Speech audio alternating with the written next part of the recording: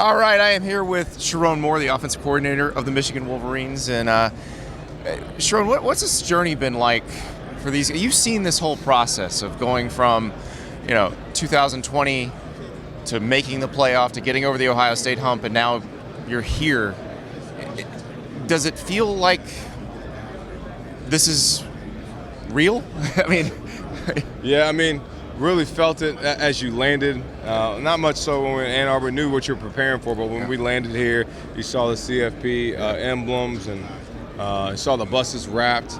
Now you know you're here, but this is what we worked for. Yeah. Super excited for this opportunity. Know we're playing a phenomenal team with a phenomenal staff, and just super excited for this opportunity. So for you, this has been such an odd season. You had 4 games where you were the acting head coach. I wanted to ask you about this. So you said after the Ohio State game, you went home and you read to your daughters. Yep. I believe it was Aladdin. Yeah. It's like Beauty and the Beast. Beauty and the Beast. Yeah, okay. All right. Got my Disney princess. That's right. So we went with Belle instead of Jasmine. Yeah. All right. So what is that like when you go from going for it on 4th down in front of 110,000 people and however many million watching at home to dad? Yeah. What's that like? Humbling. You get put in a perspective of the things that are in your life.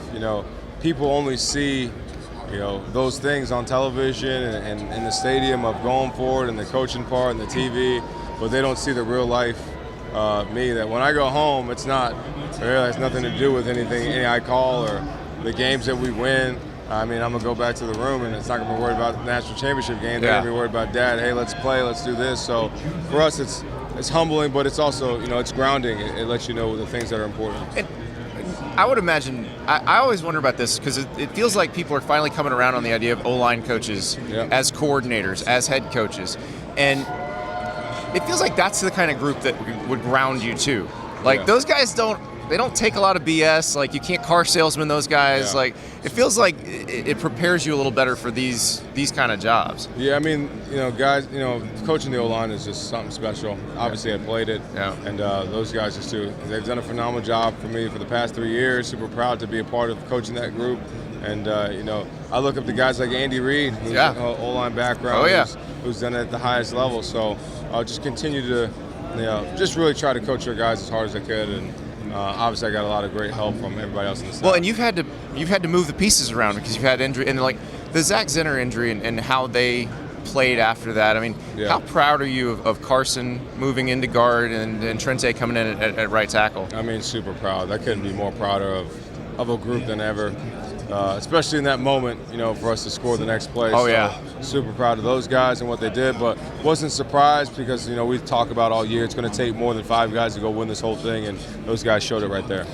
When some of the guys have been talking about, and you see this every day, your defensive line, how much does that prepare them for what they're going to see when they play games? In our opinion, Mason Graham, Kenneth Grant, Chris Jenkins, Braden, Jalen Harrell, Josiah Stewart, Derek Moore, the combination of those guys, the Rayshon Benny's, the Cam Goods, they're a problem every day in practice, and we knew they were going to be a problem, and it's cool to watch other teams have to deal with it than us. So, but just super excited for them and their success and what they've done. So with your line, how long does it take to create that mentality of we're going to take over games, we're going to because when you guys have really got somebody on the ropes, you can there's a mental break from the other team.